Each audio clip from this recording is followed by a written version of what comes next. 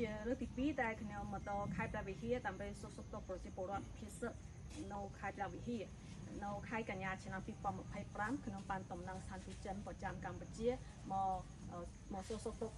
ជនភាគសឹកនៅខេត្តព្រះវិហារហើយក៏បានផ្ដល់ជំនួយជាសាច់ប្រាក់$10,000ជូនទៅខេត្តព្រះវិហារចិត្តមួយឆ្នាំកន្លងមកនេះខ្ញុំមកខេត្តព្រះវិហារម្ដងទៀតហើយបាននាំមកអំណោយជូនដល់បងប្អូនទាំងអស់គ្នាគឺដើម្បីបង្ហាញថាភាគីចិនតែងតែចូលនោះជាមួយនឹងប្រជាពលរដ្ឋភាគសឹកភាគីចិននឹងបន្តការគ្រប់គ្រងតែអាចធ្វើទៅបានទៅដើម្បីកែលម្អស្ថានភាពស្នាក់នៅរបស់ជនភាគសឹកនៅខេត្តព្រះវិហារតរណាជនភាគសឹកដែលមិនទាន់ត្រឡប់ទៅផ្ទះរបស់ខ្លួនភាគីជំនួយរបស់ភាគីចិននឹងអត់មិនឈប់ទេ告诉大家的是，困难是暂时的，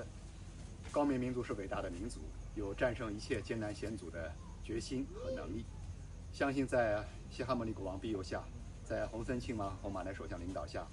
柬埔寨一定能够保持过去近30年来和平稳定发展的积极势头，在实现民族复兴的道路上不断取得新的更大成就。ខ្ញុំចង់ជម្រាបជូនដល់អ្នកគ្នាថា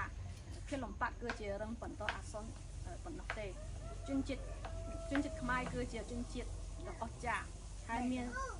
ការបញ្ញាចិត្តនិងសមត្ថភាពគ្រប់គ្រាន់ដើម្បីយកចេះជំនះក្នុងភាពលំបាកនិងការប្រឈមនឹងបញ្ហាប្រឈមមុខនានា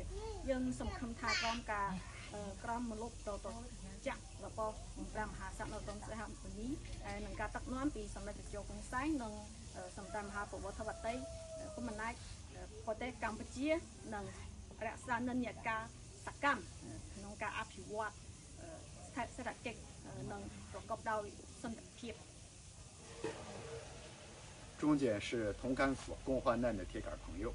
前不久，洪森亲王和后马来首相相继成功访华，同习近平主席和中国其他领导人举行了富有成果的会晤。